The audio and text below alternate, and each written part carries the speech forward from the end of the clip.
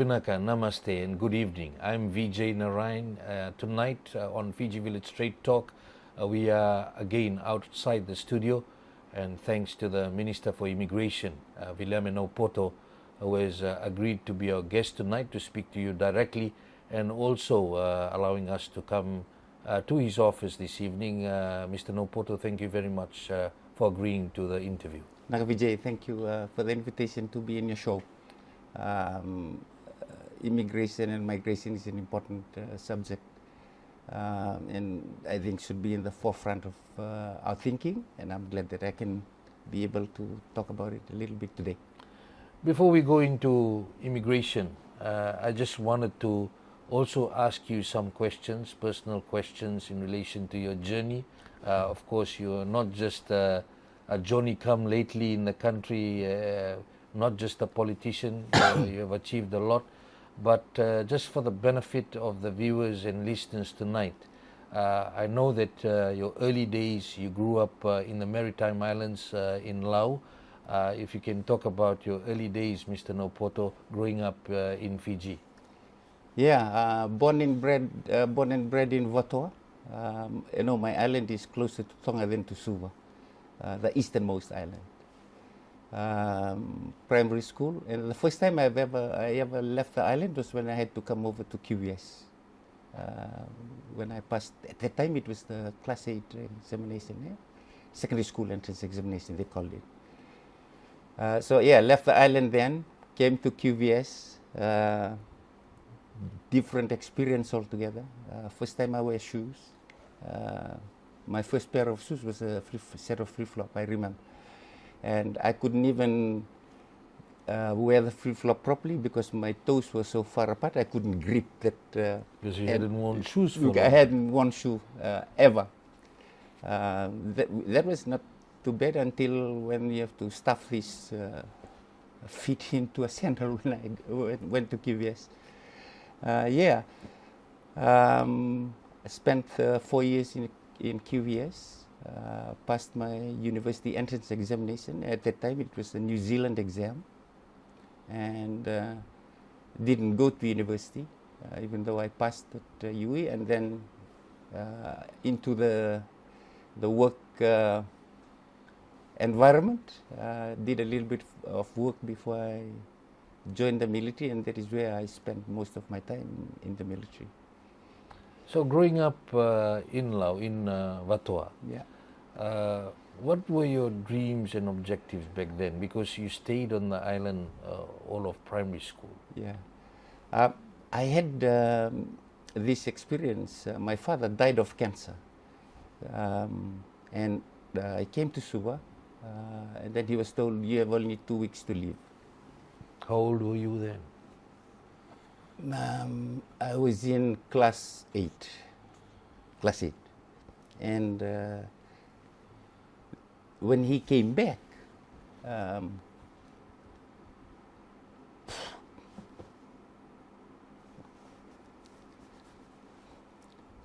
sorry.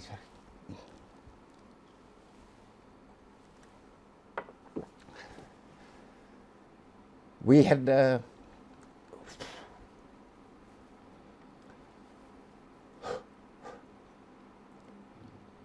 we had this father-son talk. I'm the youngest in the family, and he shared with me the sickness that he had, and he had only 2 weeks to live. And he said, "Hey, look, what I have to teach you in a long time, I have to try and teach you in 2 weeks." And that that experience, I suppose, shaped my life. He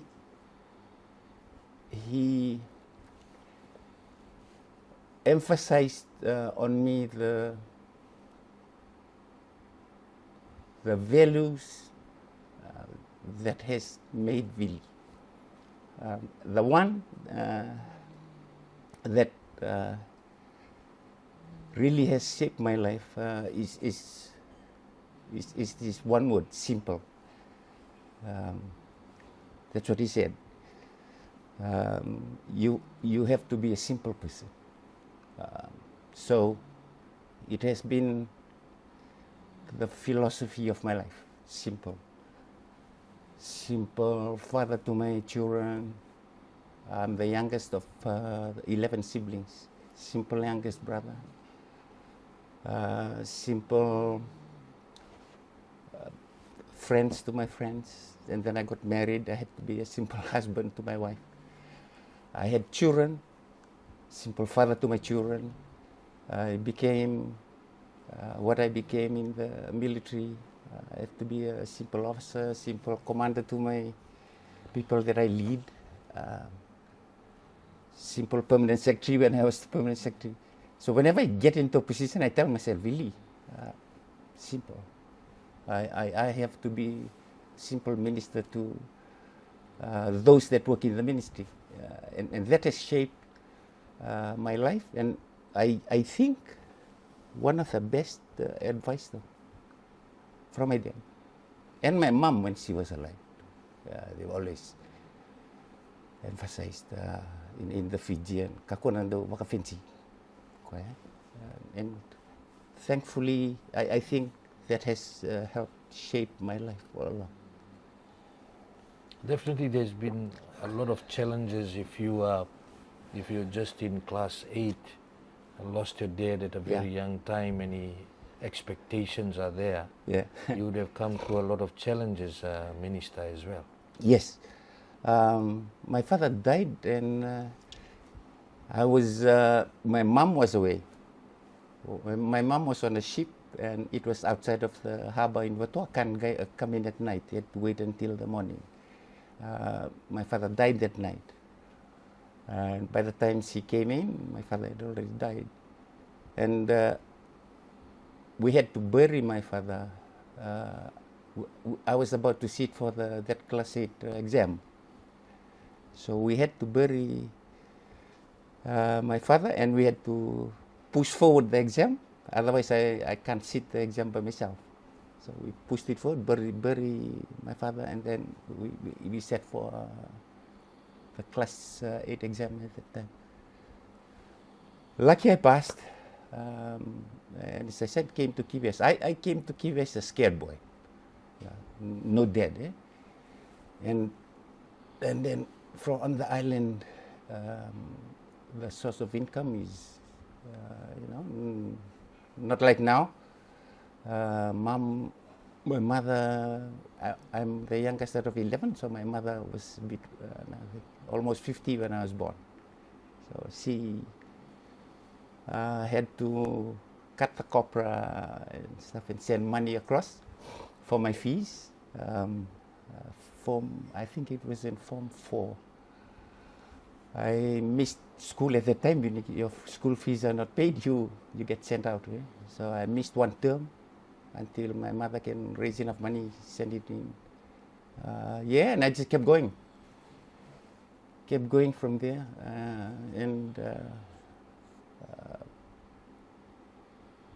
I try to be as useful as I can when I'm alive, given what I went through. How did you end up in the Navy? A funny story.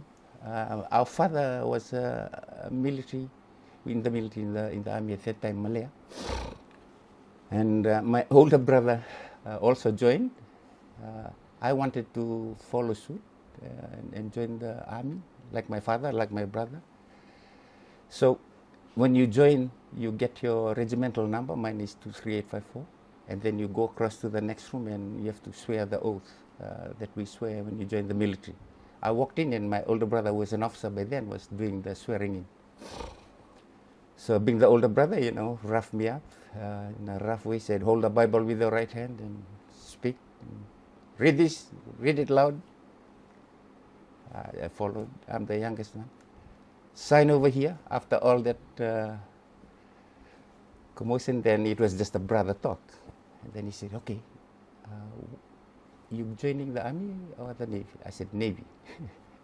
And he said, why? My father was in the army.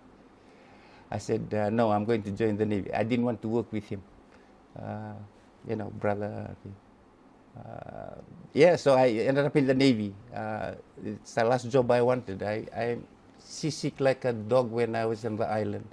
When my father would say, okay, Vili, you're going with me fishing. It's like, whoa, I will be throwing up on the way to the fishing ground, throwing up while my father is fishing, and throwing up on the way back again. When I came to Suva, that was it, throwing up. The ship was alongside at Princess Wharf. Everybody was getting off on the other side. I was on the other side still, throwing up from seasickness. But I ended up in the Navy. I had wanted to be a doctor though. It is from the experience with my dad, holding him when he passed, watching him, his life deteriorate, given the 2 weeks that he was given, and he died exactly after 2 weeks. And I thought, okay, I'll be a doctor. It didn't happen that way, so ended up in the Navy and progressed from there. And I think that time also has pushed me towards where I am now. In the Navy, that worked because you are involved in saving lives. We saved 2 girls from who were adrift from Vanuatu. One of the amazing, I wrote a story about it, I posted it on Facebook. And to me, that is always the best days of my life, is to be able to use your life to save. We thought we were going to lose them, but we managed. To me, that was like a doctor, saving lives. I wanted to be a doctor, to save lives because of the experience with my dad, but saving lives that way to me was just as good, satisfying, if you like. Mr. Naupoto, you rose up the ranks to become the Navy commander, and then, of course, that is an achievement in itself. Yeah, when I joined the command of the Navy, then was this gentleman called Commander Brown. Very neat looking, looked nice in the Navy uniform. That was the one job I wanted. When I saw him, I said, hey, I want to be the commander of the Navy. And when I became commander of the Navy for a short period, to me it was like, okay, what else? I then, my attitude changed completely. It was, I will take the job, whatever comes, I'll go. And that is the way my working life has been. So I get told in the military, okay, you posted this way, I'll just stand up and go. Okay. I got told in 2006, go down and be director of immigration. I just stand up and say, Lord, I have no idea what to do, but I'm going. So I will just go there, give it my best shot. I get told, go down and be permanent secretary for fisheries and forest. Yeah, Lord, I have no idea what to do, but I'm going. And I've been that way. My job has been like that. Even as commander, I was not looking forward to be commander of MF. I got a shock when I was told, you're acting as commander of MF when my Brigadier Tikotonga resigned. And again, Lord, I have no idea what to do, but I'm good. And I've then formed this opinion of my life as one where I will go, wherever I go, that is where God wants me to be. And if God wants me to be there, there's something useful I can do over there. And that is why I would just go do the work, give it my best shot, and then see what comes up again. When we went to the election in the last election, 2022, and we lost as the FijiFirst, and we were in the opposition. I think I was the happiest man in the opposition at the time, because for me, I believe that that is where God wanted me to be. So, okay, this is okay, opposition, what do I do? Yeah, and I like it that way also. I was offered by the Prime Minister to be Minister for Immigration. I said, okay, I'll do it. I didn't go begging, looking for... It's not, you're not pushing an agenda. No, no. There's interesting times when you were wearing the uniform. We had coups, Yeah. 2000, 2006. And definitely you had to make some decisions. Mm-hmm. What were some of the challenging times for you that you'd like the people of Fiji to know from your perspective?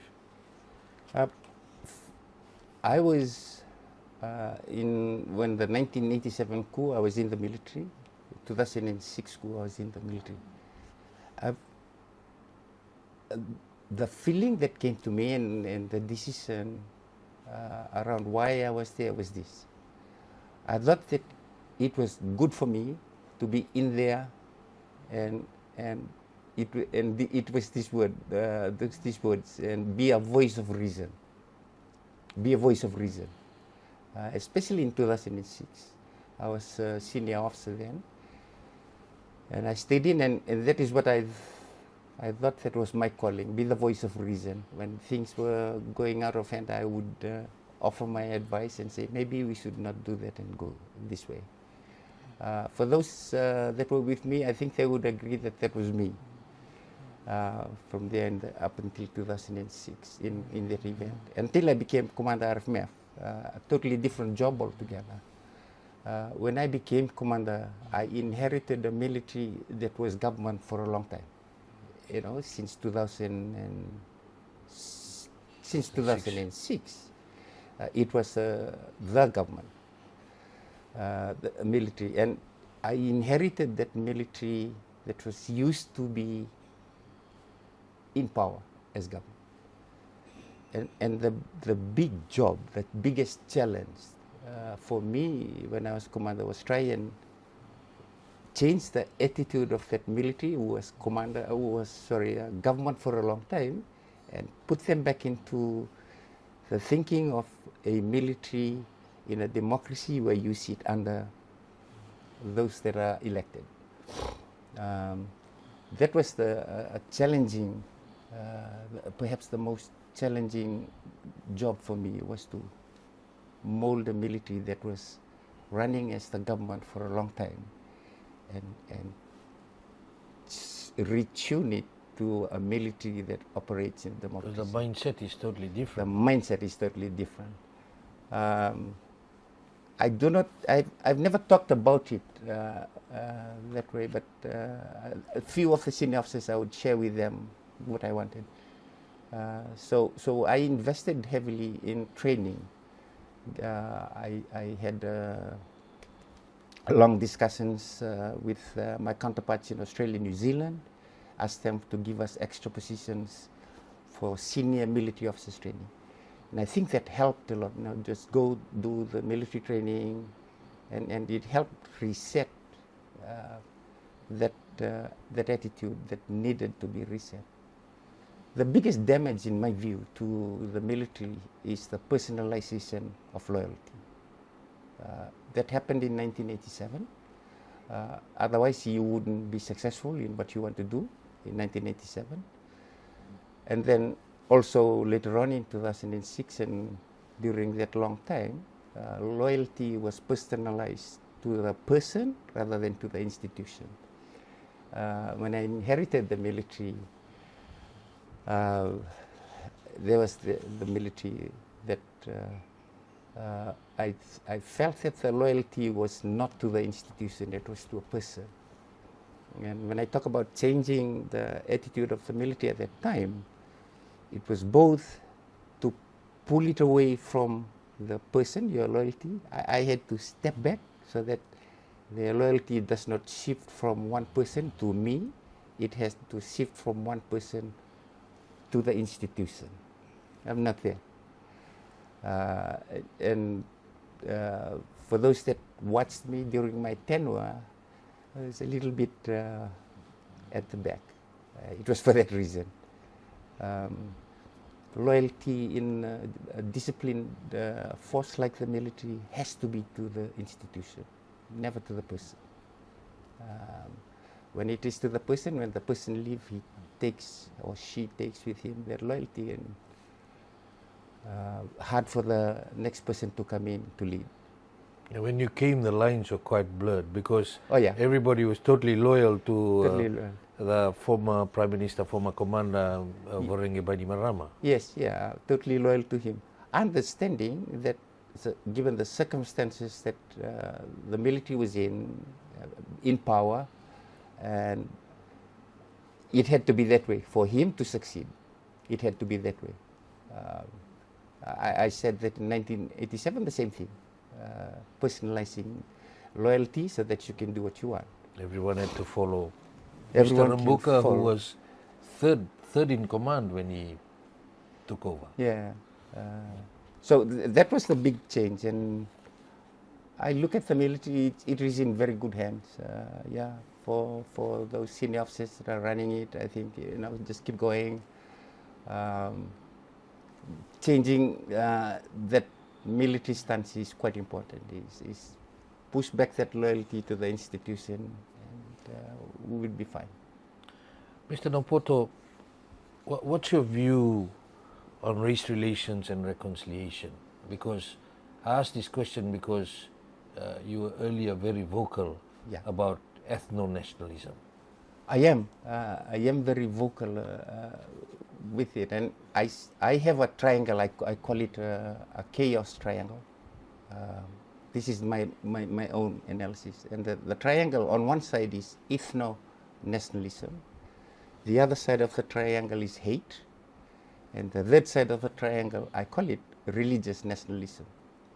And like the fire triangle, when you have fuel, heat, and oxygen, when they come together, fire erupts. If we look back at what has happened in Fiji, those three came together.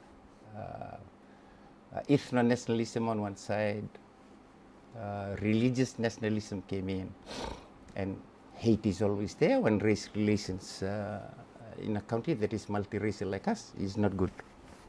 The one big role that usually, again, this is my own analysis, that religion does is it sort of legitimizes what you want to do.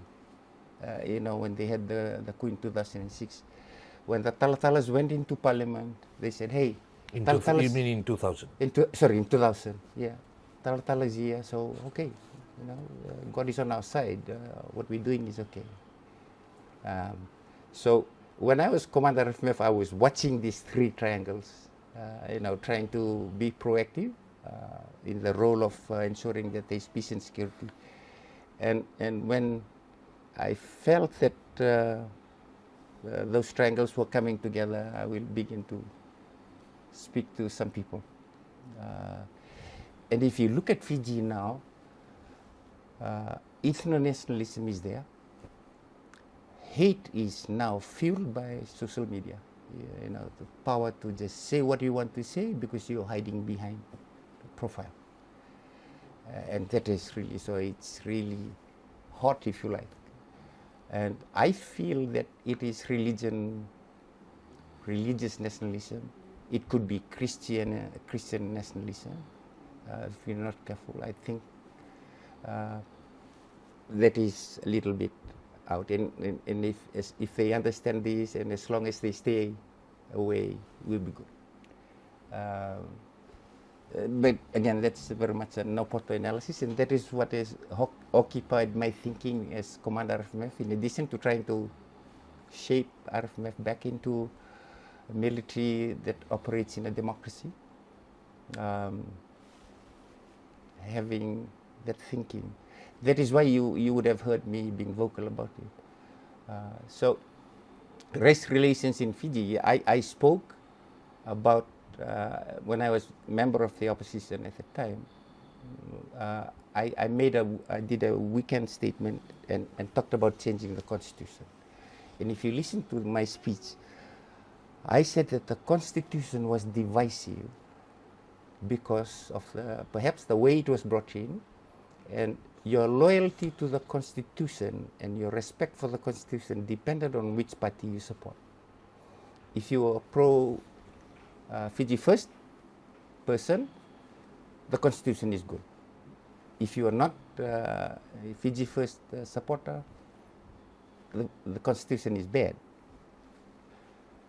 And we know the voters, the majority of the voters that voted for Fiji First, we know is I think more Indo-Fijians voted that side.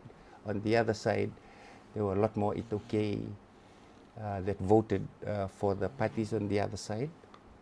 And because your loyalty to the Constitution depended on the party that you support, so you have these two major races even divided because of that book, the highest law of the land.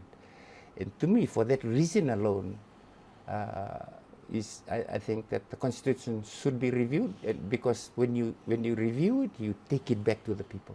It doesn't belong to a political party. It goes back to the people.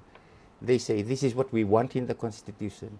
It comes back from the people, and when we swear our oath in Parliament, you swear an oath to uphold the will of the people, not the will of a certain group of people. That was my reasoning, if you had heard that weekend statement that I made. Some may think it's ironic that you're very close to the former Fiji First leader, Mr. Bainimarama, and then you were commander, he was prime minister. Some may think that how come the switch to now call for change or a review of the Constitution? Yeah, and I've been asked the question a lot too. He's a friend, always will be a friend, Mr. Bainimarama. He taught me a lot in my Navy career, helped me, mentored me when I was a young junior officer, and I still see him that way.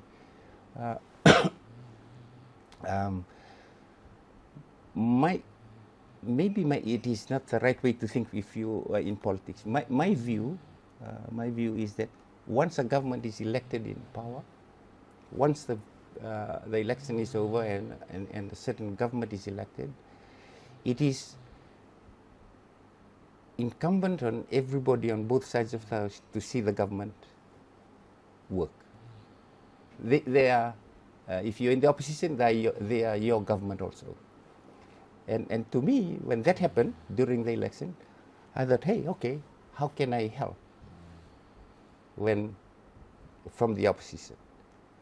But I was very disillusioned in the way we performed, both sides. It was us versus them politics. We will never agree to what you say on that side, then will never listen to what you suggest on this side. It was us versus them. That was the golden rule before when you go in?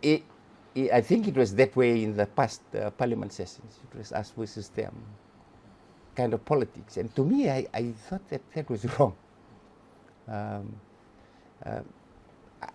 I have said it in Parliament. I said, no, it's not us versus them. It is supposed to be us in the opposition. This is when I was in the opposition. It is us in the opposition with you in government against poverty, against crime, against everything else that will make the lives of the people better, because we are representatives of the people.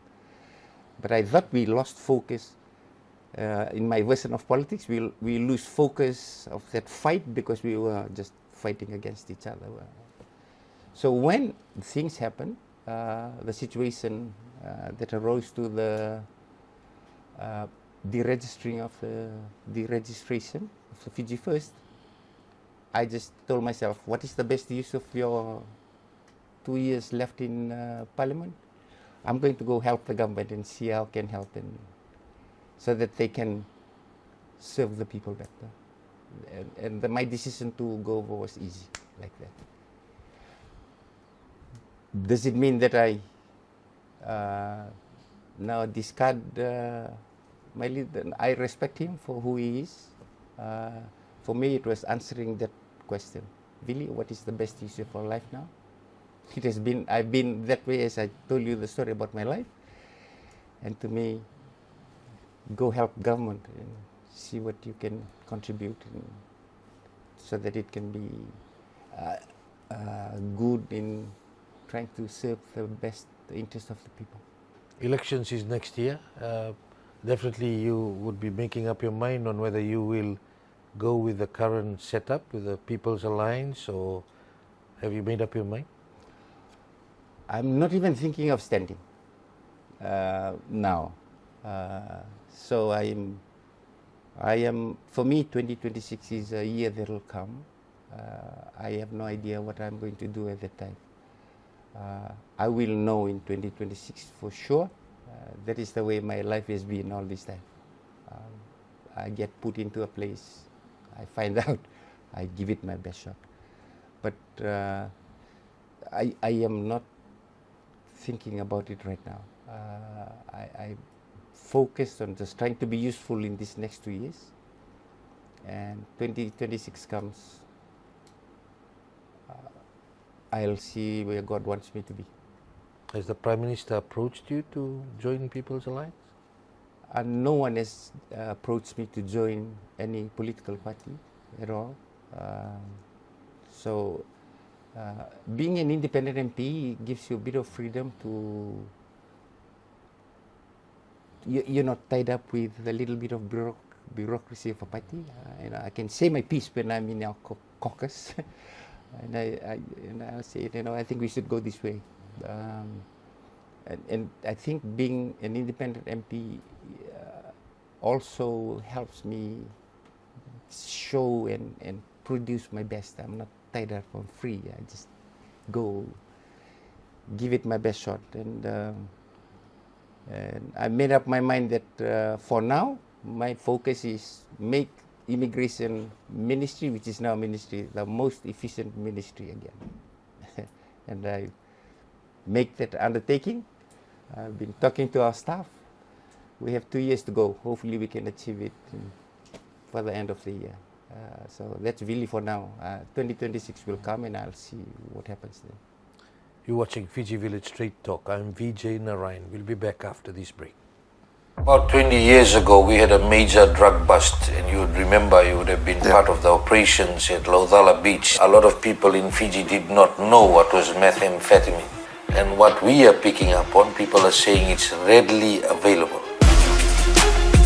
Just the issue in relation to General Secretary, was that a tactical move that he ejected himself from Parliament? Personally, it's unfortunate. How are you dealing with those police officers who may be allegedly involved in this? Vijay, no one is above the law. We assure you that we will be having police officers around. As a result of that bad policy, by the end of this month, we would have lost close to about $70 million in government revenue. Bula Vinaka, I'm Vijay Narayan. This is Fiji Village Straight Talk. Fiji Village Straight Talk with Vijay Narayan. Watch it live on the Fiji Village Facebook page and YouTube channel.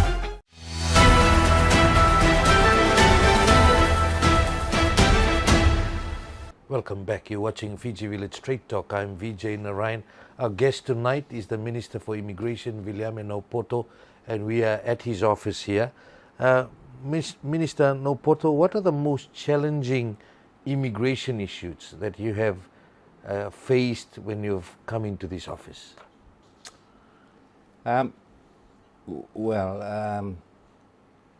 First, a big learning curve. I need to learn into the job again. I know I was director for a while, way back. I had to go into a quick learning experience, talking to the staff, finding out where we stand as now as a ministry. This is the first time ever in Fiji that immigration is a standalone ministry. It's never been. It's always been under other ministries lumped together. My challenge when you look at immigration is perhaps this idea that we need to control immigration so that the nation can benefit from it. I did a very quick comparison of when I was director, 2007, for about almost 3 years, to what is happening now. There is this big wave of foreign workers that are coming into Fiji. We have a lot more Fijians going out to work, migrating out to Australia, New Zealand for the PALM scheme. They're going across to America for other work. And that is perhaps to me the very contrasting difference that I see from when I was there. So I thought, okay, totally different the environment and the work, the structure of the immigration and what we do should be different, adjusted, so that it meets this huge big wave of migration that is happening. My very quick analysis, and I'm 4 months into the job, is that the adjustment in the structure and the way we do things is not in par with what is happening. I feel that we are more doing the things the way we did when I was director, but the what immigration is working in controlling is totally different now. You know, to give you world statistics, if we lump Fiji together with the Asia Pacific, and we not only in Pacific but Asia Pacific region, the Asia Pacific region is 60% of the world population. 60% of the world population. 40% of the migrant workers originate from our region. So what we are feeling and seeing happening in Fiji is really part of this big movement. Happened after COVID. I went up to Bangkok last month and I chaired a meeting on the Global Compact for Migration, and I was listening to the stories and the trends of what is happening. So if I call it a challenge, the challenge would be to very quickly reshape immigration so that we are structured correctly to be able to be the effective filter at our borders, filtering out the bad, allowing the good to come in. And that is happening now.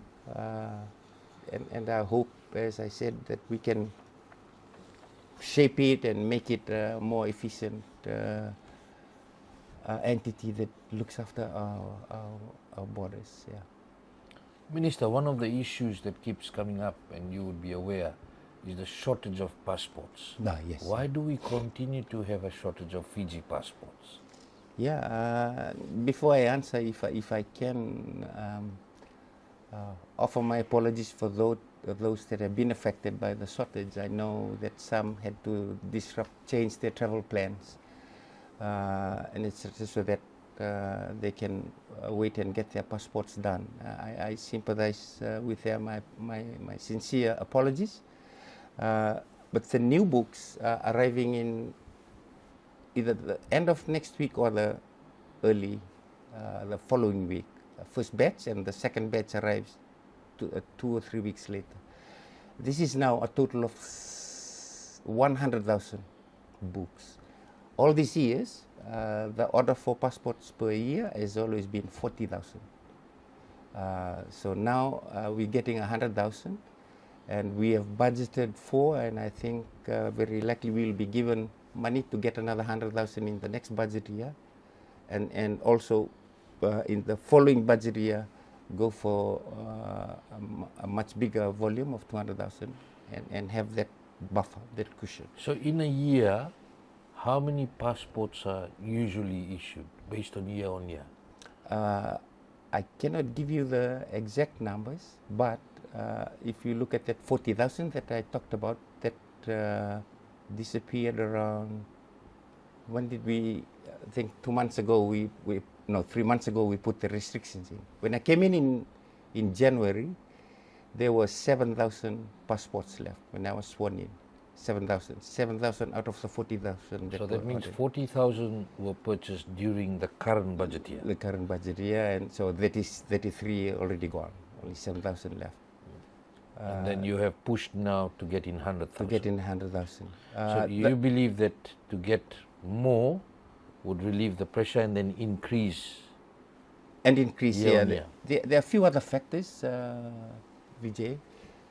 One is the number of passports available, one. The second one is the technology that we use. Sometimes the technology to print passports does not work. The systems we have for passport is a German system, Mullbau. The people that deal with that, the technicalities of the system are in Germany. And time difference, day over here, it's night in Germany.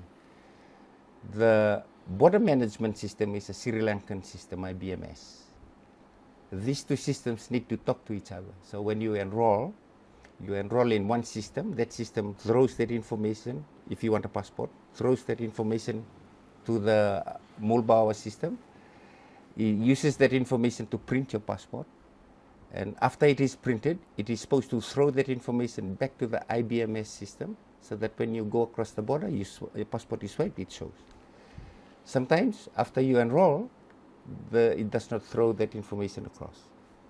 And sometimes, it does throw it across, it gets printed, and then it does not throw that information across to the IBMS. So you waste that book. Now you have to do the enrollment all over again. And because of that, there's this, so the queue began to accrue, and in addition to the shortage of books. We have 2 printers that are capable of printing, one of them is capable of printing 300 passports a day. When I came, there were 2 and one of them was not working. We've managed to get the parts. That one is now up and ready. New passport stocks are coming in. We estimate that about 4,000 backlog that we need to deal with. As soon as the books come in, we start printing. We want to get rid of that backlog very quickly. I think we can do it in a month or less, and then we're back to the normal processing again, hoping that no machines will break down. So the shortage of passport was the process to get the passport is quite long. I think we can work on it and be better. That bureaucracy of getting the money, getting the passport, send it over to Germany, get the printing done. The lead time to print passports is around 6 months. So you order in January, you get it in June. So, and in a way, it's simple. If you want to make sure that you do not run out of stock, you order well before you hit a certain number so that you can be replenished earlier. Yeah, so that is the situation with our passports. So what's the best efficient system you're looking at as coming in as minister to ensure we do not have this shortage again? The solution would be to have a system, one system that can do both, IBMS, the border management and passport, but it's quite difficult to find.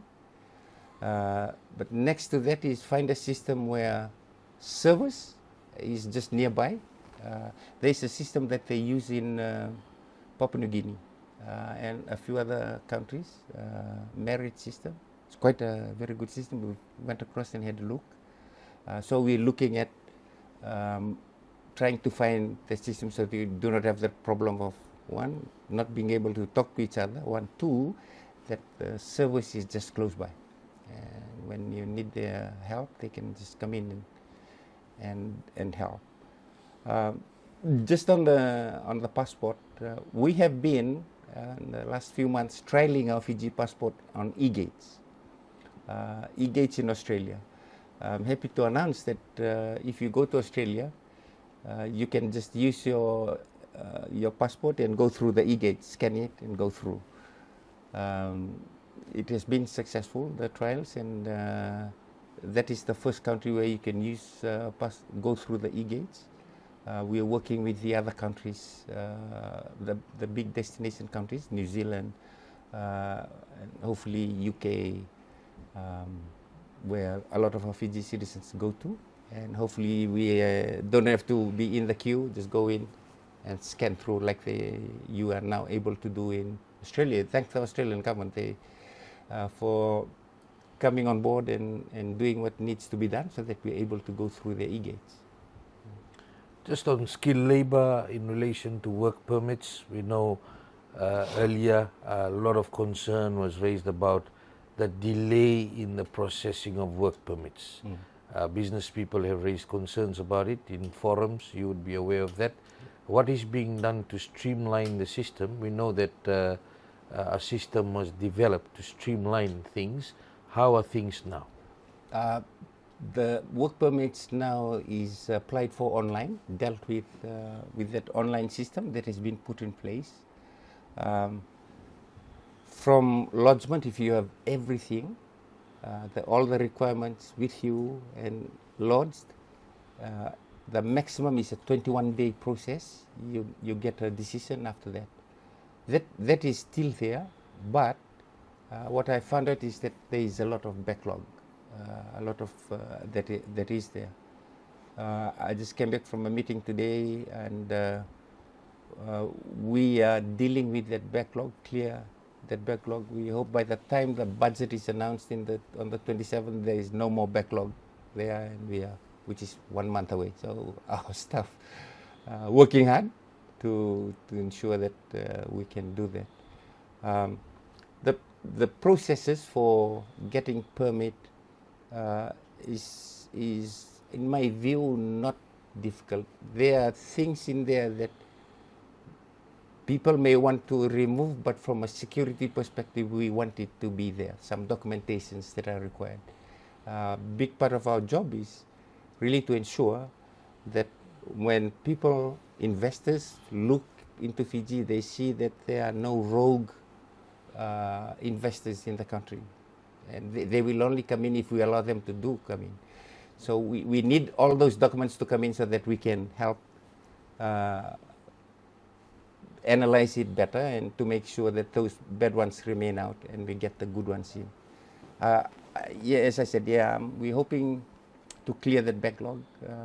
I've given an undertaking to the Minister for Finance that by the time you announce your budget on the 27th, there is no more backlog in immigration, and we'll be from there. Yeah, we'll see how it goes. My staff are working hard, I tell you.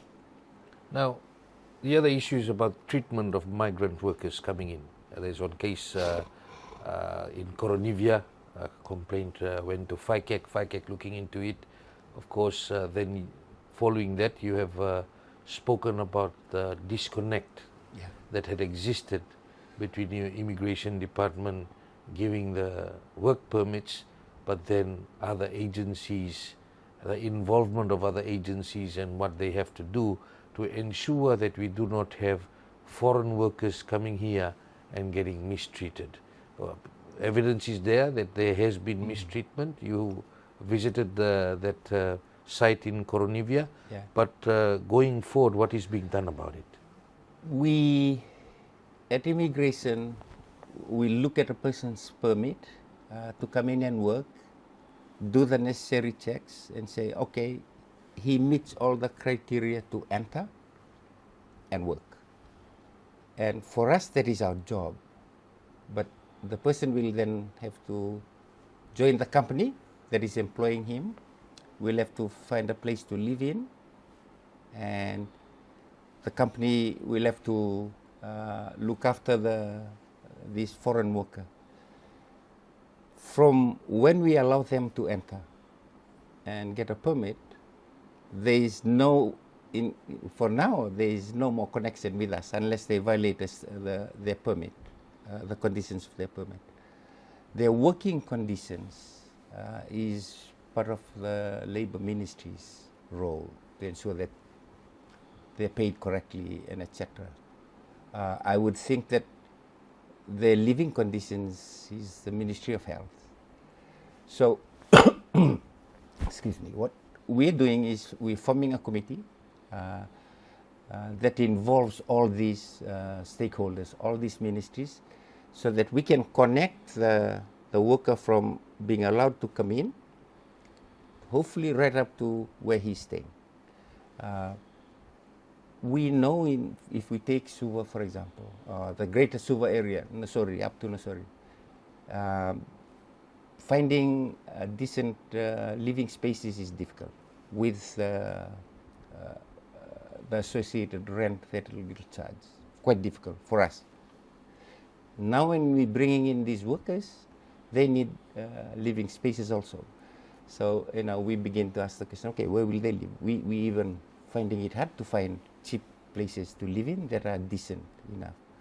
So, in order to have that connection, we form this group so that we can, when we give the permit, these people that have the authority on the other areas of this person's life, how he is paid, the employer, where they live, are also there so that we can ensure that, okay, from here, he's going to live in a better place. So there's that committee. They're going to start going out to inspect places where a lot of these migrant workers are working to ensure that their contracts are honored, looked after well, and live in good conditions rather than like the one I saw in Correvia was quite bad.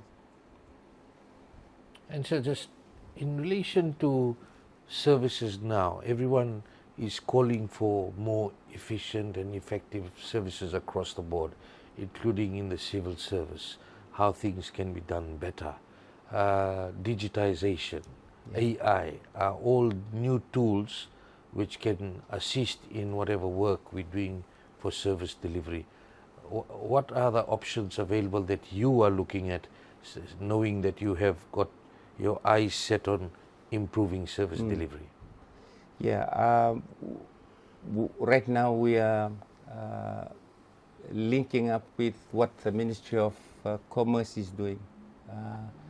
In the digitization, government now has a digitization strategy, and immigration is very much part of that strategy, where we look at technology and see how best we can use technology in our favor to ensure that there is efficiency in the work that we do.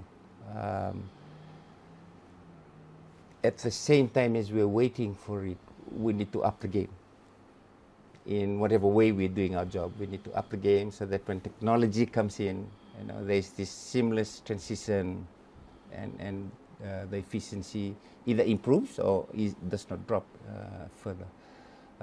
There's this digital strategy that has been launched. In there is a national ID, which I think is very much needed. The ID that we use is a birth certificate.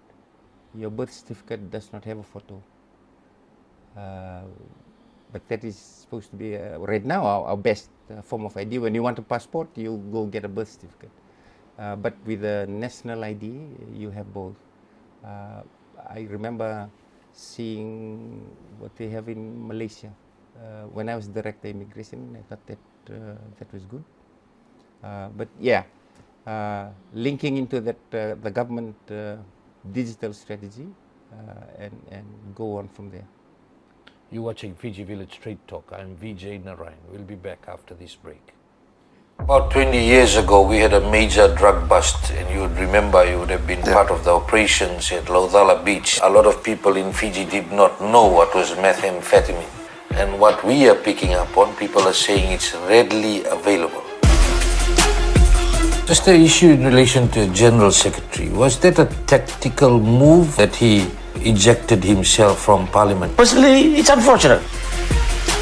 How are you dealing with those police officers who may be allegedly involved in this? No one is above the law. We assure you that we will be having police officers around. As a result of that bad policy, by the end of this month, we would have lost close to about $70 million in government revenue. Bula Vinaka, I'm Vijay Narayan. This is Fiji Village Straight Talk. Fiji Village Straight Talk with Vijay Narayan. Watch it live on the Fiji Village Facebook page and YouTube channel.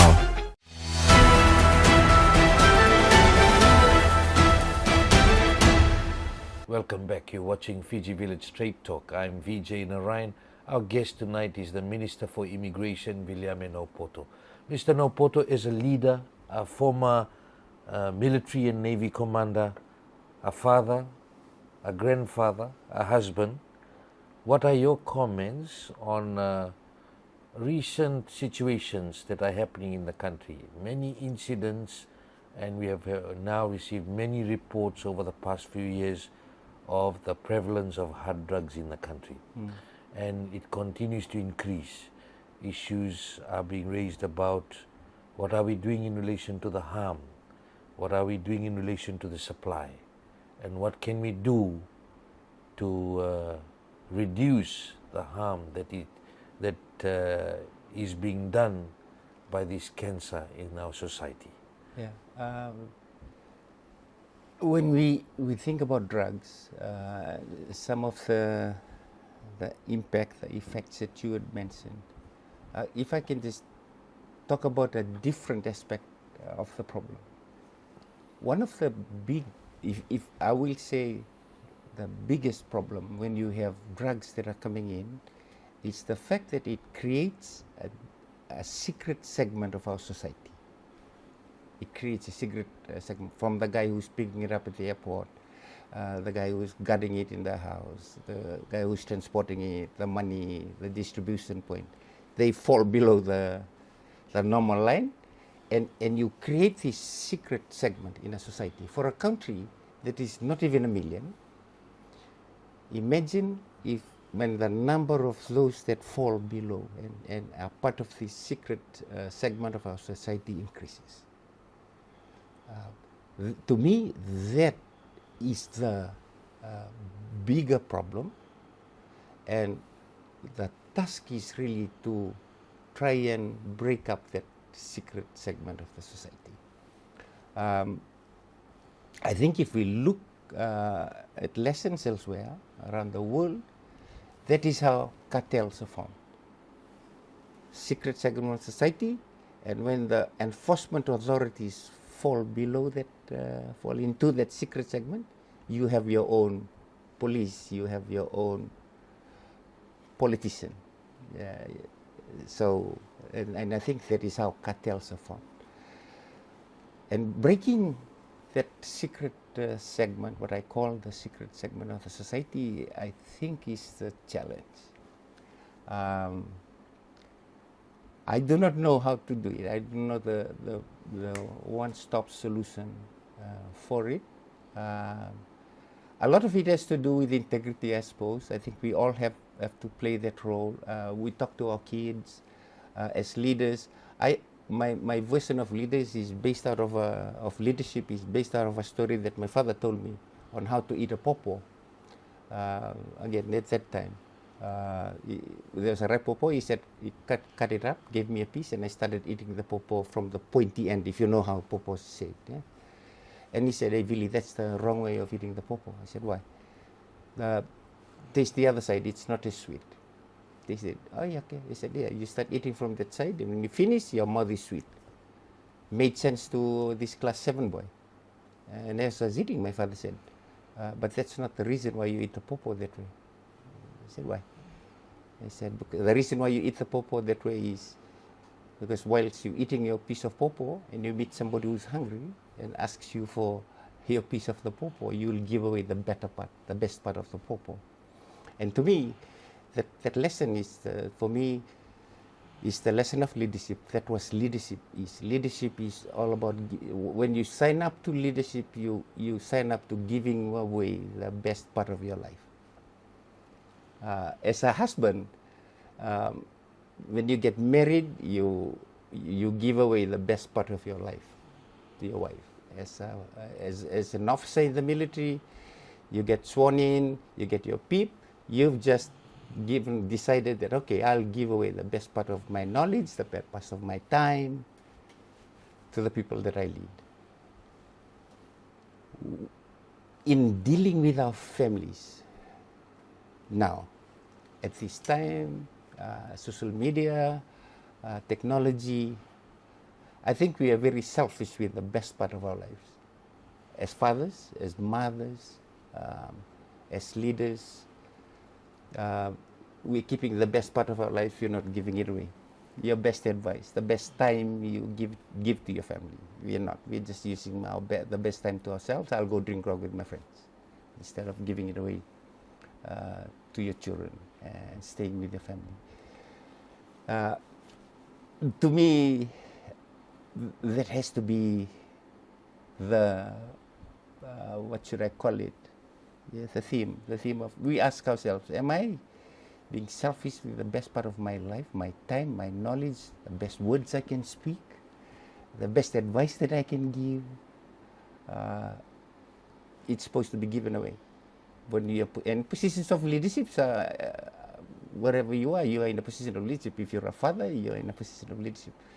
If you are in the church, you're in a position of leadership as a preacher, as a taltala, as the chief in the village. Give away the best part of your life. Look for it. It's there. It has to be given away to the people that you lead. It's a difficult situation. I at least think about it this way. In a family with young people growing up, one thing I learned when I was the Minister for Youth and Sport is that young people, they have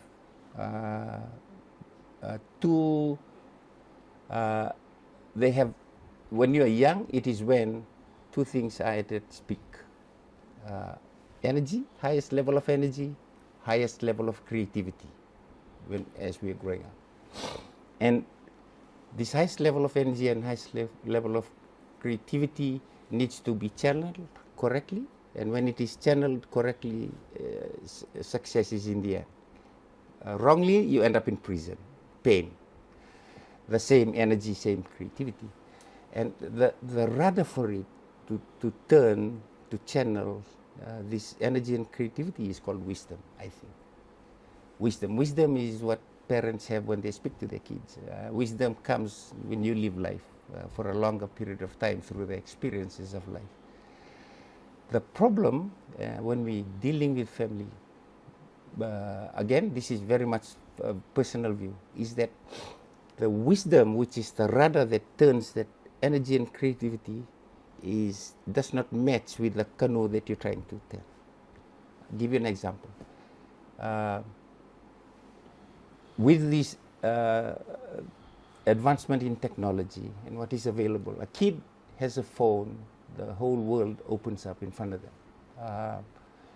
You can have the person who is sitting in Afghanistan and shares the ideology of Al-Qaeda. And this kid who's got a phone can access it on his phone and read it. For the father, maybe living in the rural area, I use my Vatoa. Now you have Starlink, you can have internet over there. The parent there has no idea what to tell the child not to do or to do, because this is new. So the rudder to steer this energy and creativity does not match. I think what needs to be done is we need to examine ourselves and say, hey, my rudder, is it effective enough to do this? We need to learn how to speak, talk to our kids. No more smacking. My rudder was a little bit of smacking from my dad when I grew up. Now you cannot do it anymore. Can't do it in school. So our rudder now turns into very wise words that you need to speak at the right time so that people can listen and the message can transfer across.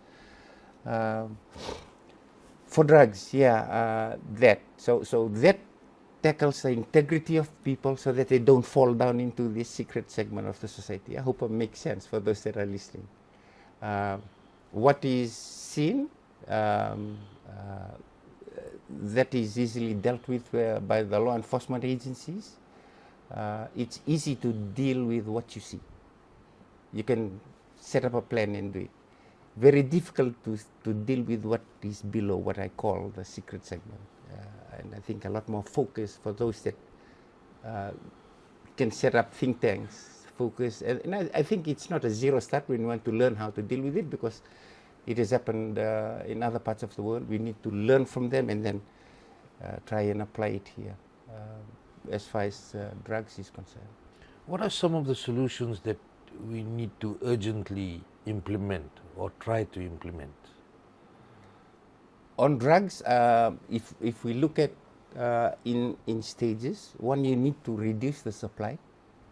Reducing the supply means that your border enforcement must be good. You need to link up with international agencies. It is a transnational crime, so you cannot deal with it on our own. We cannot. We need to connect with other countries. So reducing the supply on one end, at the same time dealing with what is already in. I think if we are just looking at what is in and not what's the supply that is coming in, then we are fighting a losing battle. You need to do a lot of work on the reduction side, on surveillance, and etc. I hear the police setting up their narcotics bureau, and etc. But if we can just, as a nation, understand that this is not a police fight, this is not a Ministry of Health fight, this is a whole of nation fight. For those of us who call this country our home, this is all of us. And we all play a role. We all can play a role and deal with this problem quickly. And we need to act quickly, otherwise it could overwhelm us if we are not being watchful. And what are your thoughts on the rising concerns of parental negligence? You have drugs easily available, then you have children on the streets moving around freely, and that's what the story, the picture that's emerging, and then these are the neglected ones who are vulnerable as well, and then they've got a rise of addiction.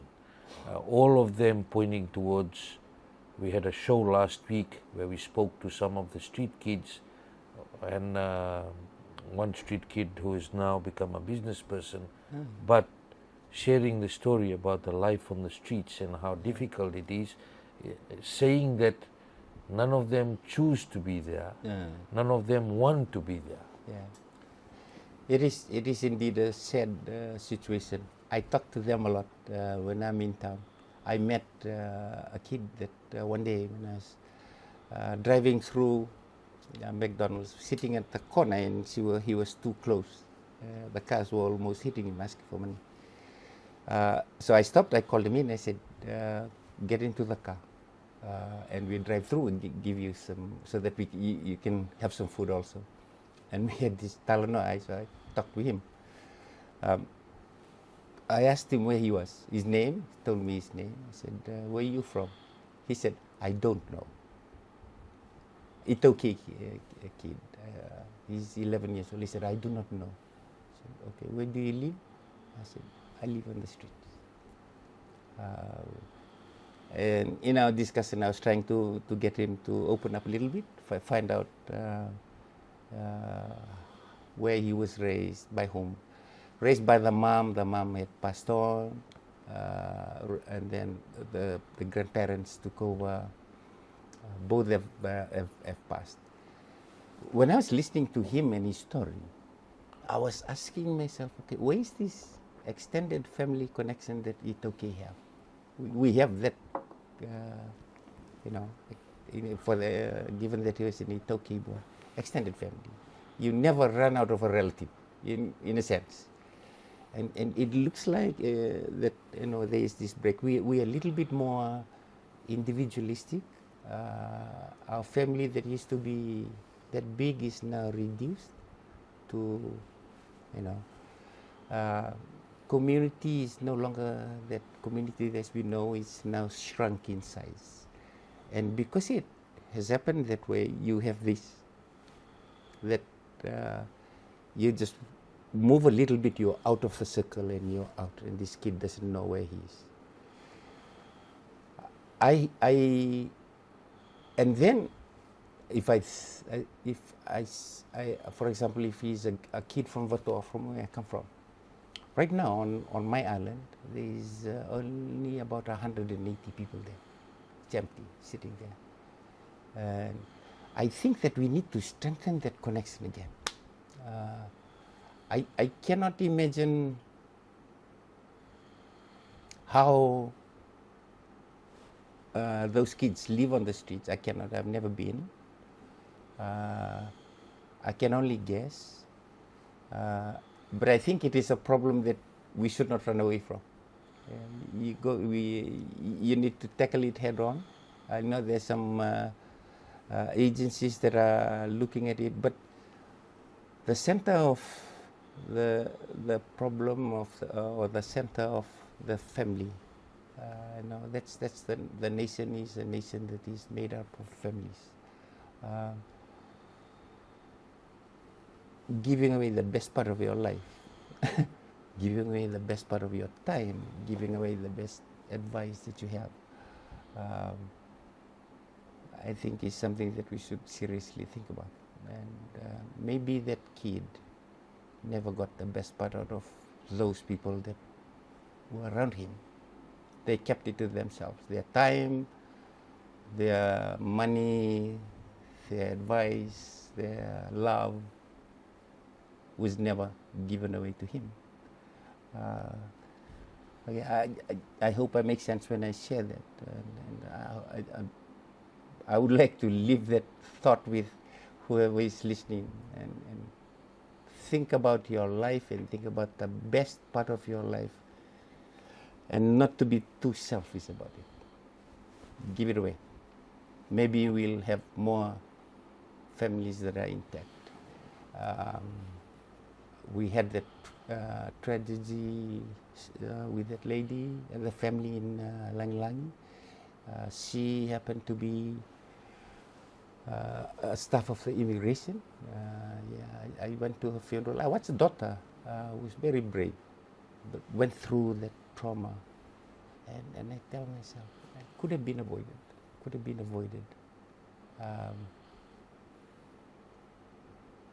Did they give away the best part of their lives to each other, to their kids?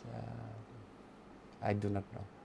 But I think that's a good start point as we want to build our family, keep our families intact, so that this does not happen, is not be too selfish. Lesson of the Popo: give away the best part of your life and your time to those around you. As we finish off the show tonight, Minister, I want to take you back to one thing you said. When you sat in opposition after the elections, and you said you were actually one of the most happiest sitting in the opposition bench, saying this is what has been handed to you, then you'll take it. That's the script written for you at that time. But you also said that it's government, the opposition against, and you raised these issues of poverty, the real issues that is of cost of living, drugs, parental neglect, street kids, the real issues that is affecting the nation.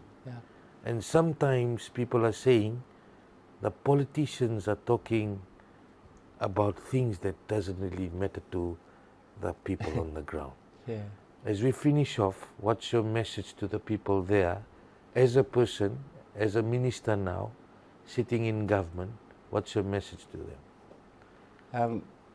As a member of parliament, first, I appreciate those that trusted me with their vote to come in and be in parliament, and now that I'm in here. The basics of service that I feel that any government should do, or if you look at the legislature, both sides, looking at what the people, looking at what they need, I think has to be, it takes a bit of getting out from here and be there and understand their need. I perhaps too often we judge from the wrong side. We need to get out a bit more and really be with them and feel them and to understand it better. And then shape what you do to make sure that it has an impact on those that you're called to serve.